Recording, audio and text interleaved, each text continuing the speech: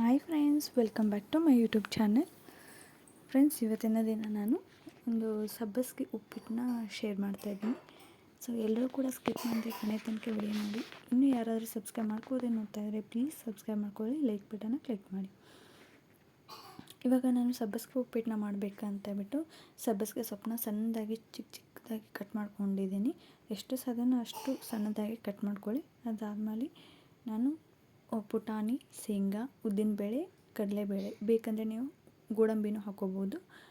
ಎಷ್ಟು ತೊಗೊಂಡಿದ್ದೀನಿ. ಅದಾದಮೇಲೆ ಟೊಮೆಟೊ, ಹಸಿಮೆಣಸಿನ್ಕಾಯಿ, ಈರುಳ್ಳಿ, ಕರಿಬೇವು, ಕೊತ್ತಂಬರಿ ಆಲ್ಮೋಸ್ಟ್ ಎಲ್ಲರೂ ಉಪ್ಪಿಟ್ಟಿಗೆ ಹಾಕ್ತಾರೆ. ಸೊ ಇದನ್ನು ನೆಕ್ಸ್ಟ್ ನೀವು ಏನು ಆ್ಯಡ್ ಮಾಡ್ಕೋಬೋದು ಅಂದರೆ ಕ್ಯಾರೆಟು ಮತ್ತು ಬೀನ್ಸು, ಎಳೆ ಬೀನ್ಸ್ ಇದ್ದರೆ ಎಳೆ ಬೀನ್ಸು ಮತ್ತು ಪೀಸಸ್ ಬಟಾಣಿ, ಹಸಿ ಬಟಾಣಿ ಇದ್ದರೆ ಹಸಿ ಬಟಾಣಿ.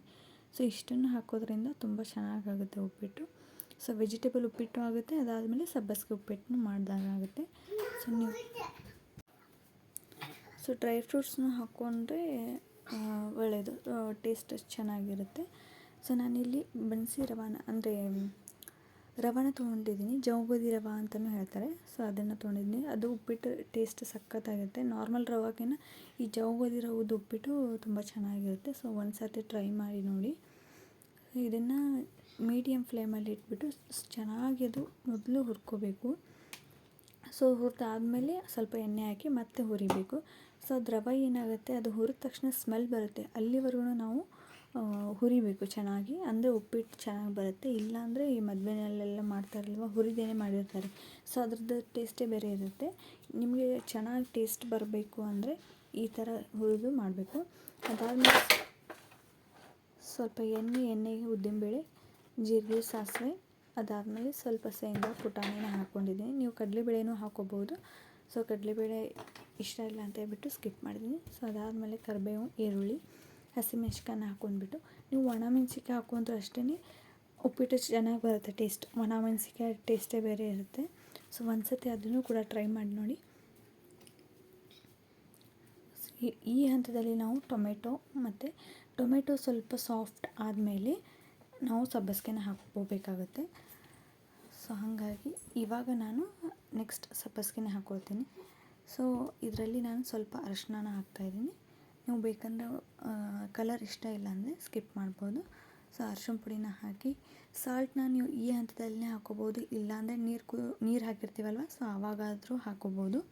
ಸೊ ನಾನು ಈ ಹಂತದಲ್ಲಿ ಜಸ್ಟ್ ಸ್ವಲ್ಪ ಹಾಕಿಬಿಟ್ಟು ಅದನ್ನು ಫ್ರೈ ಮಾಡ್ಕೊಳ್ತೀನಿ. ಅದಾದಮೇಲೆ ಪಕ್ಕದಲ್ಲಿನೇ ನಾನು ಬಿಸಿ ನೀರನ್ನ ಕಾಯಕ್ಕಿಟ್ಟಿದ್ದೆ. ನಿಮಗೇನಾದರೂ ಕ್ವಿಕ್ಕಾಗಿ ಅರ್ಜೆಂಟಾಗಿ ಉಪ್ಪಿಟ್ಟನ್ನ ಮಾಡಬೇಕಂದ್ರೆ ನೀವು ಯಾವಾಗಲೂ ಕೂಡ ಅಷ್ಟೇ ಒಂದು ಕಡೆ ಬಿಸಿ ನೀರನ್ನ ಕಾಯಕ್ಕಿಟ್ಬಿಟ್ಟು ಇನ್ನೊಂದು ಕಡೆ ಒಗ್ಗರಣೆ ಹಾಕಿದರೆ ಕ್ವಿಕ್ಕಾಗಿ ಉಪ್ಪಿಟ್ಟು ರೆಡಿ ಮಾಡ್ಕೋಬೋದು. ಇಲ್ಲ ಪರವಾಗಿಲ್ಲ ಲೇಟಾದರೂ ನಡೆಯುತ್ತೆ ಅಂದರೆ ನೀವು ಡೈರೆಕ್ಟಾಗಿ ಇದಕ್ಕೇ ತಣ್ಣೀರನ್ನ ಹಾಕ್ಕೋಬೋದು. ಸೊ ನೋಡಿ, ಇವಾಗ ಈ ಸಬ್ಬಸಿಗೆನ ಹಾಕಿಬಿಟ್ಟು ಚೆನ್ನಾಗಿ ಒಮ್ಗೊಳಿಸಿದ್ದೀನಿ. ಸೊ ಹಸಿ ವಾಸನೆ ಎಲ್ಲ ಹೋಗಬೇಕು, ಆ ಥರ ನೀವು ಇದು ಮಾಡಬೇಕು. ಸ್ವಲ್ಪ ದಪ್ಪ ಹೆಚ್ಕೊಂಡ್ರೆ ಏನಾಗುತ್ತೆ, ಬಾಯಲ್ಲಿ ಅದೇ ಬರುತ್ತೆ. ಸೊ ಹಾಗಾಗಿ ಕಟ್ಟರಿಂದ ಅಥವಾ ನೈಫಿಂದನೇ ಚಾಕುಯಿಂದನೇ ಬಟ್ ಚಿಕ್ಕದಾಗಿ ಹೆಚ್ಕೊಳ್ಳಿ, ಚೆನ್ನಾಗಿರುತ್ತೆ. ಓಕೆನಾ. ಈ ಹಂತದಲ್ಲಿ ನಾನು ಸ್ವಲ್ಪ ಸಾಲ್ಟನ್ನ ಹಾಕ್ತಾಯಿದ್ದೀನಿ. ಸೊ ಚೆನ್ನಾಗಿ ಇದನ್ನು ಫ್ರೈ ಮಾಡಬೇಕು. ಸೊ ಫ್ರೈ ಮಾಡಿದ್ಮೇಲೆ ಒಂದು ಸ್ವಲ್ಪ ಒಮ್ಗೊಯ್ಯೋಕ್ಕೆ ಅಂತ ಬಿಟ್ಟಿದ್ದೀನಿ. ಸಾಲ್ಟ್ ಹಾಕಿದ್ದೀನಲ್ವ, ಸೊ ಅದು ನೀರು ಬಿಡುತ್ತೆ, ಚೆನ್ನಾಗಿ ಒಮ್ಗೊಯ್ಯುತ್ತೆ ಅಂತ ಬಿಟ್ಟಿದ್ದೀನಿ. ನೋಡಿ ಈ ಥರ ಆಗಿದೆ. ಸೊ ಈ ಹಂತದಲ್ಲಿ ನಾನು ಪಕ್ಕದಲ್ಲಿ ಬಿಸಿ ನೀರು ಇಟ್ಟಿದ್ದೀನಿ. ಸೊ ಆ ಕುದಿ ನೀರನ್ನ ಇದಕ್ಕೆ ಹಾಕ್ತೇನೆ. ಸೊ ನಾನು ಆಗಲೇ ಹೇಳಿದಾಗೆ ನೀವು ಡೈರೆಕ್ಟಾಗಿ ತಣ್ಣೀರನ್ನ ಕೂಡ ಹಾಕ್ಬೋದು. ನಾನಿಲ್ಲಿ ಕ್ವಿಕ್ಕಾಗಿ ಆಗಬೇಕು ಅಂತ ಹೇಳ್ಬಿಟ್ಟು ಬಿಸಿ ನೀರನ್ನ ಹಾಕ್ತೀನಿ. ಸೊ ಹಂಗಾಗಿ ಅದು ಬೇಗ ಆಗಿಬಿಡುತ್ತೆ, ಟೈಮ್ ತೊಗೊಳ್ಳೋದಿಲ್ಲ.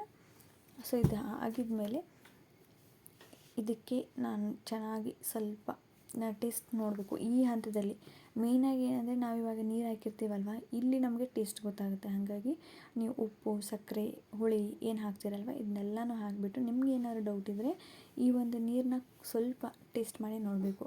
ಆ ಟೇಸ್ಟ್ ಹೇಗಿರಬೇಕಂದ್ರೆ, ನೀವು ಜಸ್ಟ್ ನೀರು ಕುಡಿದಾಗ ಟೇಸ್ಟ್ ಕರೆಕ್ಟಾಗಿದ್ದರೆ ಅದು ರವೆ ಹಾಕಿದ ಮೇಲೆ ಟೇಸ್ಟ್ ಸ್ವಲ್ಪ ಚೇಂಜ್ ಆಗುತ್ತೆ, ಅಂದರೆ ಉಪ್ಪು ಕಡಿಮೆ ಆಗುತ್ತೆ. ಹಾಗಾಗಿ ಸ್ವಲ್ಪ ಈ ಹಂತದಲ್ಲಿ ಉಪ್ಪು ಜಾಸ್ತಿ ಹಾಕಿದರೆ ನೀವು ರವೆ ಹಾಕಿದ ಮೇಲೆ ಉಪ್ಪು ಮೀಡಿಯಮ್ ಕರೆಕ್ಟ್ ಆಗುತ್ತೆ. ಸೊ ಹಾಗಾಗಿ ನೋಡಿಬಿಟ್ಟು ಹಾಕಿ. ಅದಾದಮೇಲೆ ನಾನಿಲ್ಲಿ ರವಾನ ಸೇರಿಸ್ಕೊತಾ ಇದ್ದೀನಿ. ಸೊ ರವಾನ ಹೈ ಫ್ಲೇಮಲ್ಲಿ ಇಟ್ಟೇ ಸೇರಿಸಿ, ಪರವಾಗಿಲ್ಲ ನಡೆಯುತ್ತೆ. ಸೊ ನೀವು ಲೋ ಫ್ಲೇಮಲ್ಲಿ ಇಟ್ಬಿಟ್ರೆ ಏನಾಗುತ್ತೆ, ಅದು ರವೆ ಎಲ್ಲ ಹೋಗಿ ಕೆಳಗಡೆ ಕೂತ್ಬಿಡುತ್ತೆ.